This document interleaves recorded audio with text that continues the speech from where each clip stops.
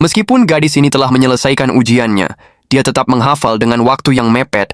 Setelah menyerahkan lembar ujiannya, dia pun pergi ke toilet dan mengambil ponsel yang ia sembunyikan sebelumnya, lalu mengirim semua jawaban yang ia hafal tadi. Siswa-siswa yang menerima jawaban itu segera beraksi. Mereka mencetak jawaban itu di pensil dalam bentuk kode batang. Tak lama pensil berisi jawaban itu pun siap digunakan. Rupanya kemarin gadis itu menemukan bahwa ada perbedaan waktu 8 jam antara jadwal ujian di luar negeri dan di sini. Ia bisa memanfaatkan perbedaan waktu itu untuk menjual jawaban kepada siswa lain. Ujian berikutnya pun dimulai. Kali ini soalnya lebih banyak dari sebelumnya. Gadis itu kembali berusaha menghafal jawaban. Setelah ujian, ia bergegas ke toilet. Tapi ternyata sudah ada orang di dalam sehingga ia hanya bisa menunggu dengan gelisah. Setelah sekian lama, akhirnya ia masuk ke toilet. Namun baru saja ia mengeluarkan ponselnya, terdengar suara ketukan di pintu. Gadis itu tak berdaya dan terpaksa menyembunyikan ponselnya. Saat keluar, pengawas ujian wanita memintanya segera kembali ke ruang ujian. Namun saat hendak pergi, ia melihat pengawas itu masuk ke toilet. Untungnya ia sudah membawa ponselnya keluar dan menyembunyikannya di dispenser air. Kembali ke ruang ujian. Tekanan pada gadis itu semakin besar karena ia belum mengirimkan jawaban ujian sebelumnya. Tubuhnya mulai bergetar hebat. Setelah menenangkan diri, ia langsung menuliskan jawaban ujian berikutnya lebih awal. Namun kali ini ia harus menghafal jawaban dari 2 ujian sekaligus. Setelah berpikir sebentar, ia menemukan trik menghafalnya. Ia menggunakan gerakan tangan seperti sedang bermain piano. Akhirnya semua jawaban berhasil ia ingat. Tapi siswa di luar negeri sebentar lagi akan memulai ujian. Gadis itu harus keluar lebih awal untuk mengirimkan jawaban. Ia pun memikirkan cara nekat, menusuk tenggorokannya dengan pensil hingga membuat dirinya muntah di kelas. Detik berikutnya, ia keluar dari ruang ujian dengan alasan merasa tidak enak badan. Begitu keluar, ia langsung mengambil kembali ponselnya. Sambil berjalan, ia mengirimkan jawaban ujian itu. Namun tiba-tiba ponselnya jatuh ke lantai.